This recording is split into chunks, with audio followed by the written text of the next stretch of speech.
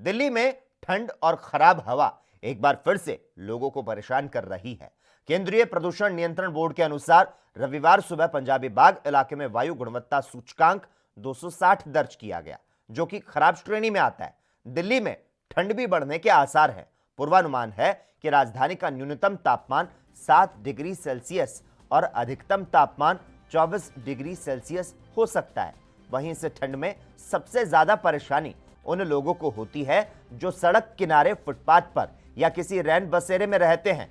दिल्ली में रैन बसेरों की संख्या पहले ही कम है और ऐसे में ठंड के बढ़ने से लोगों की समस्या और भी बढ़ सकती है। वहीं दिल्ली में बेघर की समस्या खत्म करने के लिए करीब 200 रैन बसेरे बने हुए हैं। बढ़ती ठंड को देखते हुए बसेरों की संख्या बढ़ाने का फैसला किया गया है। दिल्ली सरकार के तहत दिल्ली शहरी आश्रय सुधार बोर्ड नए टेंट लगाने की प्रक्रिया 1 दिसंबर से शुरू कर देगा। दरअसल सर्दियों में रात में ठंड बढ़ने के साथ बेघर की रैन बसेरों में पहुंचने की संख्या बढ़ने लगती है। हालांकि बेघर लोगों के लिए इस बार ठंड के साथ साथ कोरोना महामारी भी एक बहुत ही बड़ी चुनौती रहेगी। कोरोना काल में दिल्ली में बेघरों के लिए इस बार खास तैयारी की जा रही है। सर्दियों में बेघरों के लिए करीब 250 अस्थायी टेंट लगेंगे। टेंट के लिए दिल्ली सरकार के तहत दिल्ली शहरी आश्रय सुधार ने प्रक्रिया शुरू कर दी है। तो ठंड और प्रदूषण के साथ दिल्ली वासियों की जो परेशानी है एक बार फिर से बढ़ सकती है। दिल्ली में ठंड और खराब हवा एक बार फिर से लोगों को परेशान कर रही है और इस ठंड में सबसे ज्यादा परेशानी उन लोगों को होती है जो कि सड़क किनारे, फुटपाथ पर या फिर किसी रैन बसेरे में रहते हैं। दिल्ली में रैन बसेरों की संख्या पहले कम है और ऐसे में ठंड बढ़ने के कारण लोगों की जो समस्याएं हैं वो और भी ज्यादा बढ़ सकती है। और वहीं दिल्ली में बेघरों की समस्याओं को खत्म करने के लिए करीब 200 रैन बसेरे बने हैं। बढ़ती ठंड को देखते हुए बसेरों की संख्या बढ़ाने का फैसला भी किया गया। दिल्ली सरकार के तहत दिल्ली शहरी आश्रय सुधार बोर्ड नए टेंट लगाने की प्रक्रिया 1 दिसंबर से शुरू करेगा। दरअसल सर्दियों में रात में ठंड बढ़ने के साथ ही बेघरों की रैन बसेरों में पहुंचने की संख्या जो है वो भी बढ़ने लगती है। हालांकि बेघर लोगों के लिए इस बार ठंड के साथ साथ कोरोना महामारी एक बहुत ही बड़ी चुनौती बनी हुई है।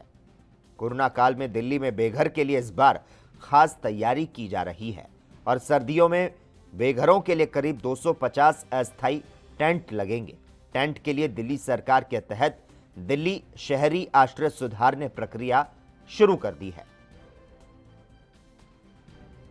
तो सर्दी के साथ बिगड़ते हालात जो हैं कोरोना के वो भी घातक होते हुए दिखाई दे रहे हैं। ठंड और प्रदूषण से भी लोगों को परेशानियों का सामना करना पड़ रहा है। आपको बता दें, दिल्ली में ठंड बढ़ने के आसार हैं और पूर्वानुमान है कि राजधानी का न्यूनतम तापमान 7 डिग्री सेल्सियस और अधिकतम तापमान 24 डिग्री सेल्सियस हो सकता है। और इस खबर पर ज्यादा जानकारी देने के लिए दिल्ली से इस वक्त हमारे साथ हमारे संवाददाता राजीव तिवारी फोन लाइन पर जुड़ चुके हैं। राजीव, दिल्ली में ठंड ने 14 साल का रिकॉर्ड तोड़ा है। नवंबर महीने में दिसंबर जैसी सर्दी पड़ रही है।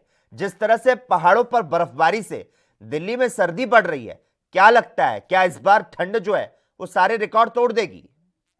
बिल्कुल सही कहा आपने। देखिए, लगता है बिल्कुल यही है कि जिस तरीके से मौसम कहीं ना कहीं करवट ले रहा है और कहीं ना कहीं जो दिसंबर वाली सर्दी होती है वो अब नवंबर के महीने में ही महसूस हो रही है लोगों को। तो कहीं ना कहीं दिक्कतें जरूर है, मगर एक चीज समझनी होगी, जिस तरीके से मौसम करवट ले रहा है तो कहीं ना कहीं जनता को भी जागरूक होना पड़ेगा, क्योंकि ठंड से बचने के लिए जितने भी सरकारी तमाम जो सुविधाएं हैं वो वहां पर जाना होगा, यानी कि रैन बसेरे हो गए या फिर कहे और जगहों पर। मगर जिस तरीके से रैन बसेरों के अंदर अब कहीं ना कहीं कोरोना काल की वजह से जगहें कम हैं, वो कहीं ना कहीं दिल्ली सरकार उन पर गौर करे, तभी इनसे कोई बचाव हो सकता है। मगर दिल्ली सरकार अभी इस तरफ रैन बसेरों की तरफ गौर नहीं कर रही है, क्योंकि कोरोना काल चल रहा है और उसकी वजह से बात करें तो दिल्ली के अंदर कहीं ना कहीं कोरोना की स्थिति भी बिगड़ती जा रही है। तो दिल्ली सरकार की जो कह सकते हैं जो ध्यान है वो कहीं ना कहीं कोरोना की तरफ है, न कि सर्दी की तरफ। जी राजीव, दिल्ली में लोग परेशान हैं कोरोना से और अब दिल्ली के लोग ठंड से भी जूझने पर मजबूर हैं।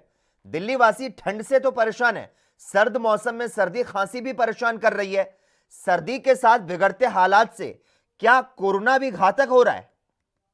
देखिए बिल्कुल बता दें, जिस तरीके से जो मौसम विभाग के वो जो विशेषज्ञों ने कहा था कि जैसे जैसे ठंड बढ़ेगी तो कहीं ना कहीं कोरोना वायरस भी काफी तेजी से असर कर सकता है। तो वहीं बात करें, जिस तरीके से अब ठंड बढ़ रही है तो कहीं ना कहीं कह सकते हैं कोरोना पेशेंटों की जो गिनती है वो भी कहीं ना कहीं बढ़ती नजर आ रही है। और बात करें जिस तरीके से सोशल डिस्टेंसिंग की, वो भी नहीं की जा रही जनता के द्वारा। तो कहीं ना कहीं कह सकते हैं जनता जरूर तीन तरफा मारों से मर रही है, क्योंकि सरकार जो तमाम जो नीतियां बना रही है वो कहीं ना कहीं धरातल पे साबित नहीं हो पा रही है। धरातल पे ऐसी कोई भी रणनीति कामयाब नहीं नजर आ रही है। मगर बात करें जिस तरीके से दिल्ली सरकार मास्क को लेकर कहीं ना कहीं संजीदा है और कहीं ना कहीं जुर्माने की रकम भी बढ़ाई गई है सोशल डिस्टेंसिंग के। अगर कोई अवहेलना करता है तो उसके लिए भी 2000 रुपये का जुर्माना किया गया है। मगर कहीं ना कहीं जब ठंड के साथ साथ कोरोना वायरस अपना असर दिखा रहा है तो कहीं ना कहीं दिल्ली की जो जनता है वो परेशान हो रही है, क्योंकि जिस तरीके से रफ्तार पकड़ रहा है कोरोना वायरस तो वो कहीं ना कहीं दिक्कतें जरूर खड़ी कर रहा है सरकार के लिए भी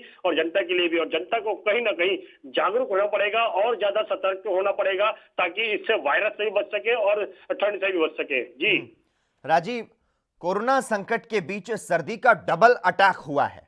बढ़ती सर्दी के साथ कोविड का खतरा जो है वो भी बढ़ रहा है। ऐसे में जरा सी लापरवाही बहुत ही महंगी पड़ सकती है। एहतियात के लिए दिल्ली में बड़ा एक्शन लिया गया है। जिस तरह से नांगलोई के जनता मार्केट 7 दिन के लिए सील की गई है, क्या लगता है आगे भी कई बाजारों में सीलिंग की कार्रवाई की जा सकती है?